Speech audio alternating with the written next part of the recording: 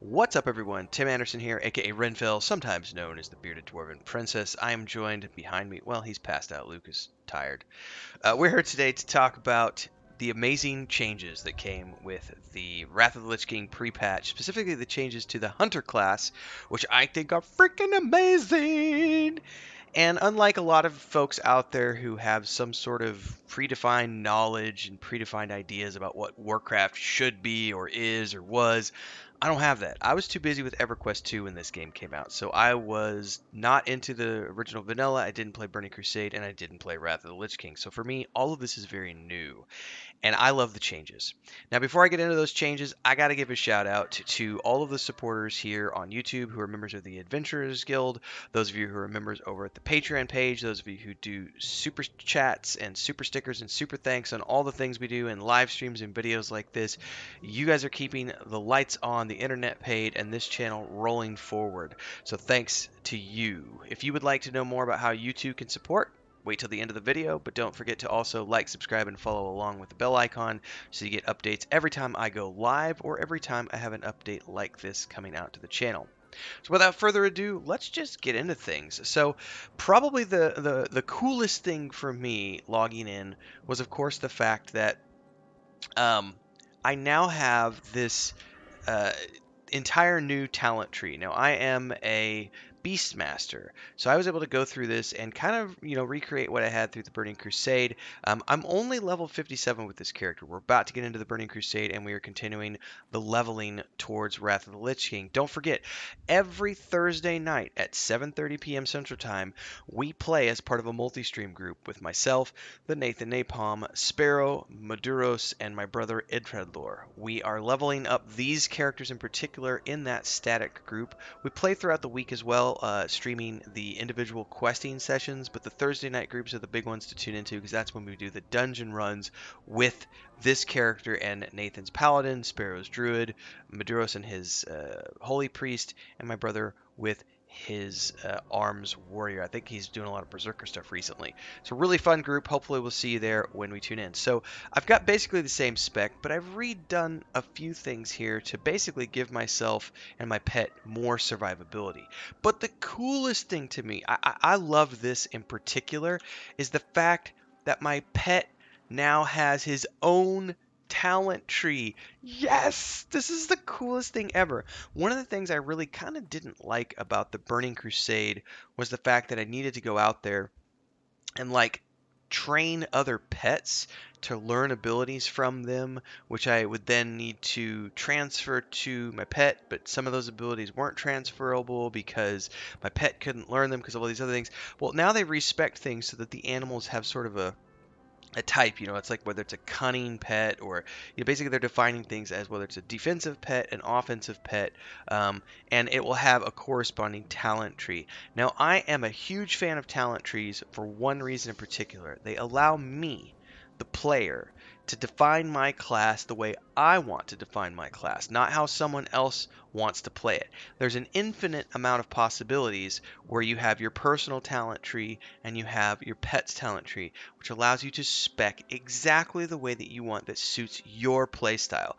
I'm one of those individuals who pushes back really hard against anybody who tries to tell me that I should be using a guide or that I should be doing it the way other people do it. I play the way I play it. As an example, I love wolves in the game. I think the aesthetic is so cool, and my dwarf likes the wolf character. So therefore, I'm always going to have a wolf. I can't see myself ever not having a wolf. Although I haven't seen the whole game yet, so I might come across something in the future that's like a wolf hybrid or something that is something that I'm just going to have.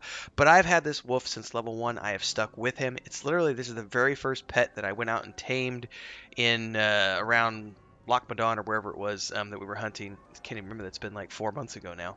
And I've stuck with Ghost. Ghost has stuck with me. He's a good pet. He's a good boy. Who's a good boy? Yeah, so shush you. I talk to my pets. Isn't that right, Lucas? He's a good boy, Lucas. Lucas says he's tired. See? I talk to my animals in real life, too. Anyway, big fan of the talent spec changes and the fact that I now can spec my ghost, my pet, however I want, going through this talent tree without being defined by certain prerequisites for the characters. Glyphs are something I don't know enough about. Glyphs. I've been told what glyphs are, and I understand how glyphs work. And for me, I love this system, the way it's been explained to me, because it's going to allow me to further define the way that I play my character based on the glyphs that I put in here to give myself certain abilities. And I love the fact that I'm getting even more options to change the way that I play and further define my version of the hunter, because at the end of the day, it is my version. And I think that that's super, super, super cool. The other thing I really liked was overall, we've obviously seen DPS has been tweaked a little bit, and I'm going to say this is the one ability right here, volley. So beforehand, volley was something where I was very much like, yeah, it's cool, but it had such a long cooldown and everything associated with it. There was a time, if you've been tuned into the live streams, there was a time in the last couple of weeks where I had been debating switching my hunter out in the static group and putting my mage, because I have an ice mage who's level 68 who I've been leveling up before I started my death knight. And I had debated putting the mage into our static group once they got into the level range of that character, because we really don't have any significant AoEs in our current static group. And while the single target DPS for the hunter is quite nice, multi-shot only does meh, and volley is cool, but it didn't do that much, and the long cooldown made it somewhat kind of like meh. Well, the cooldown is now removed. Now it's just you can channel it as long as you have mana, and it does so much more damage than what it used to before, which makes this the equivalent of like the Blizzard from the Ice Mage. For me, that has made me want to now keep this character in the group, because it's made me a viable single target DPS as well as having a form of AoE that I can do on demand. Of course, you also have things like Explosive Trap, but again, these have cooldowns. And the channeled ability of Volley allows me to just get in there, let Nathan get the aggro with his Paladin, and then just go to town with all of the AoEs. I'm a big, big, big fan of that. At the end of the day, I also love the changes to the DPS. There's more DPS now. I get Steady Shot, which was something that I didn't have before, and I was able to get when I got back on when the pre-patch had happened. Just and also I get this new stance called Aspect of the Viper. Now I don't know if these were things that were there before, because honestly I did level this morning, and maybe, but I got those before. No, that was just with the pre-patch. I got those when I went to the trainer. So there was also this, the Aspect of the Viper, which is like a mana regen stance, which is also really cool, because that's another complaint I've had about the hunter in TBC, was constantly running out of mana and just constantly needing to chug drinks and mana potions. That seems to be a thing of the past with this. In any case, that's me, Renfail, the dwarf, and my pet, Ghost. And this is my hunter, and this is why I'm having so much fun in World of Warcraft Classic, and why I'm so stoked for the changes that are coming, or that have come, I should say, with the pre-patch for Wrath of the Lich King.